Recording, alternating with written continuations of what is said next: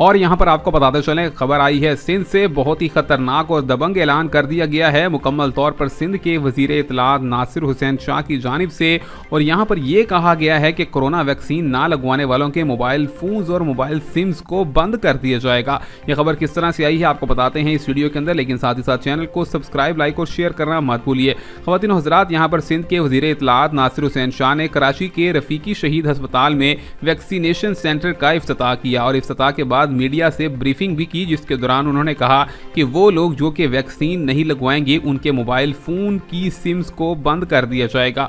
वज़ीर इत्तलात ने सिंध ने मुकम्मल तौर पर यह कहा है कि वैक्सीन के साथ एहतियाती तदाबीर इख्तियार करनी चाहिए और यहाँ पर फाइजर वैक्सीन बैरून मुल्क जाने वालों को लगाई जा रही है। और इसी के साथ साथ याद रहे कि NCOC ने हर शहरी के लिए कोरोना वैक्सीन को लाजमी करार दे दिया है। इससे कबल पंजाब हुकूमत भी वैक्सीन ना लगवाने वालों की मोबाइल फ़ोन सिम बंद करने का ऐलान कर चुकी है। अब इस ऐलान पर मुकम्मल तौर पर कब हतमी तौर पर अमल किया जाएगा ये तो आपको ही पता चलेगा जब आपके मोबाइल फ़ोन की सिम बंद हो जाएगी।